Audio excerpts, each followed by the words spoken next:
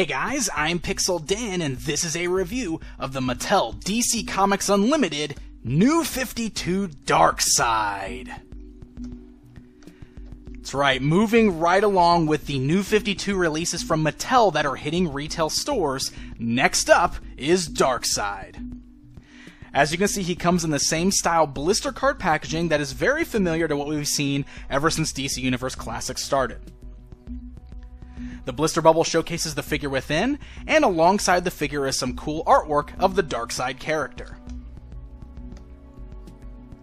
The back of that packaging gives us an even better look at that artwork, gives us some information on Darkseid, and on the lower right hand side shows off some other figures that are available in this line currently, such as Wonder Woman and Aquaman.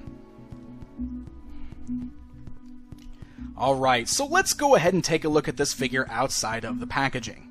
Now, Darkseid as a character is a very big character. He definitely should be a lot bigger and bulkier than a lot of the other characters in the DC Universe. And this figure is bigger than most of the DC Universe Classics figures. Just for a quick example, if we stand him alongside the New 52 Superman, you can see that he is much taller than that Superman. Just for another example, we'll compare him to the recent Dark Knight Returns version of Batman, who uses a much bigger buck.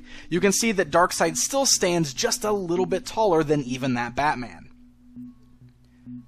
Now, even so, there's still something a little off about this guy. He's definitely taller, and he does use a little bit of a bigger buck than we usually see on the DC Universe Classics figures. But he definitely still seems a little disproportionate somehow. I know from early pictures and everything that were released of this figure, a lot of people said that it was the head. The head is too big for this particular figure, but I'm not sure if that's exactly the full reasoning for why he looks so off. The head might be sized a little bit bigger than it should be, but something else that looks really odd on this guy are those massive shoulder pads. You can see they are just huge, and they just look really off when compared to the much smaller arms that are underneath them. So honestly, those shoulder pads might be causing a lot of the weird disproportion problems here. Also, even though his buck is a little bit larger than the standard DC Universe Classics one, he's probably not as thick as he should be.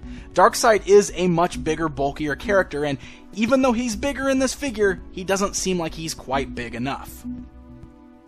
Now, otherwise, the sculpt on the guy is actually pretty good. I really love the sculpting on the face, and there's a lot of really great details, such as all the little cracks in his skin, and the paint job does a really great job of bringing all of that sculpted detail out. You can see there's some great black washing there, so all of the little cracks and crevices really stand out, and his helmet that he's wearing has got this really great bright blue and shiny gold combination.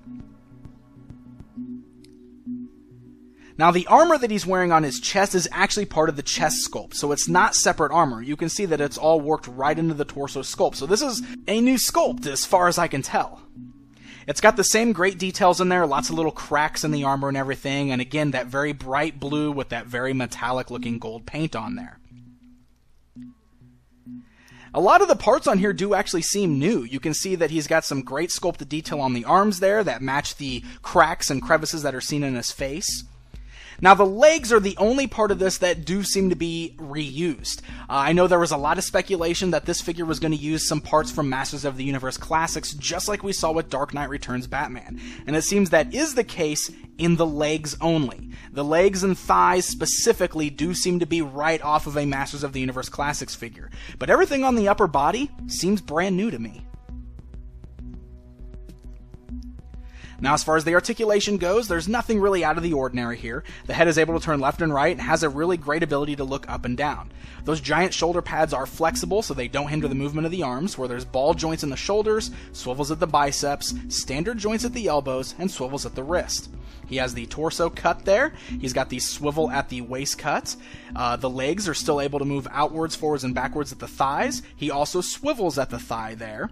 He's got the single joint at the knee, and then the standard single joint at the ankle with no cuts for the boots.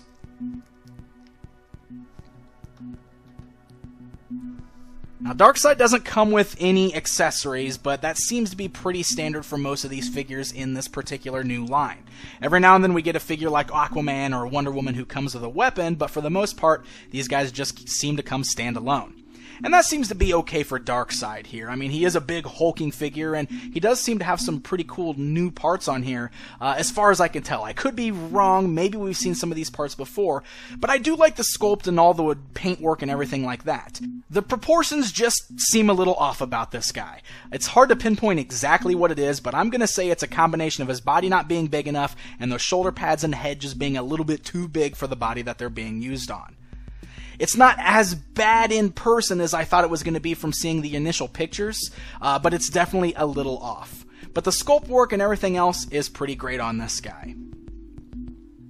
So Darkseid should be hitting retail store shelves very soon, so happy hunting, and until next time.